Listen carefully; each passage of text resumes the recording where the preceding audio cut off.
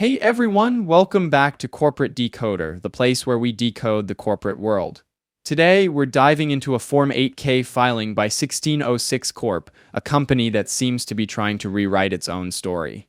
And let me tell you, it involves $1 million deal that might just turn everything around, or not. You'll see what I mean. This Form 8K is basically a company's way of saying, hey, something important just happened and we need to tell the SEC about it. Think of it as a corporate bat signal. The key date to remember here is March 11, 2025, because that's when all the exciting stuff started to unfold. So who is 1606 Corp? Well, they're officially registered in Nevada, and their file number is 0 to 56,467. Now, that might not mean much to you, but it's how the SEC keeps track of them. They're located in Phoenix, Arizona. Now, this part is legal boilerplate, checking whether other rules apply, but let's skip over the checkbox section. It just indicates if they're also using this filing to cover other SEC requirements. Not essential for us right now. This part is interesting. 1606 Corp identifies as an emerging growth company. What this means is they are a smaller company, which allows them to have less strict accounting and reporting standards. This can be a plus or a minus. On one hand, it gives them a break, but it also means less transparency. Okay, now we're getting to the meat of the matter. Item 7.01 is all about Regulation FD, which stands for Fair Disclosure. It's there to prevent companies from selectively leaking information to a chosen few before everyone else gets to know. It seems that on March 11, 1606 Corp announced it signed a letter of intent to be acquired by a group. Here is the big news. 1606 Corp has signed a letter of intent, or LOI, with a private group led by John Garfield and Chuck Arnold. Basically, this letter says that this group wants to buy a major piece of 1606 Corp for $1 million.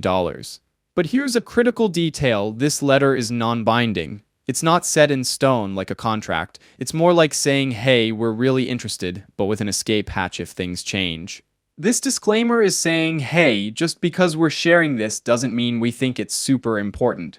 Companies include these to protect themselves from potential lawsuits if the news doesn't pan out as expected. In other words, don't sue us if this deal goes south. Now we move to the end of the report where we can find some exhibits. In this case, they've attached the press release about the potential acquisition. This can give us a bit more details than the report itself. Exhibit 99.1 is that very press release we discussed. Press releases are often filled with optimistic language and are carefully crafted to make the company look good. So while it's worth a read, take it with a grain of salt. And of course, we have the signature of Austin Lambrecht, the Chief Executive Officer, who is confirming that the company has disclosed the appropriate information. Now, let's step back and look at the bigger picture.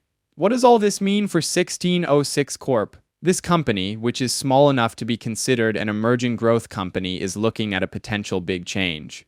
A group of investors could come in and inject $1 million into the company, taking control along the way.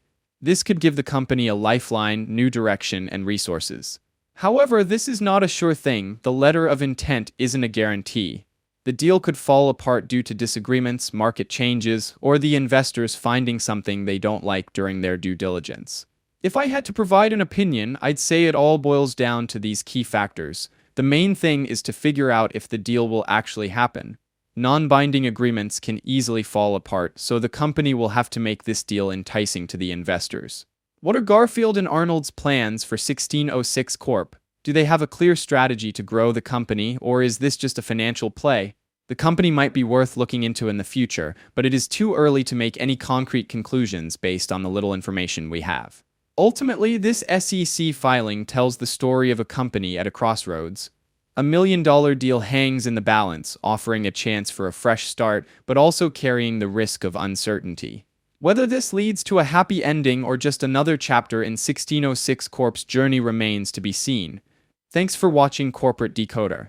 If you enjoyed this breakdown, give us a like, drop a comment, and subscribe for more insights into the world of corporate filings and financial news.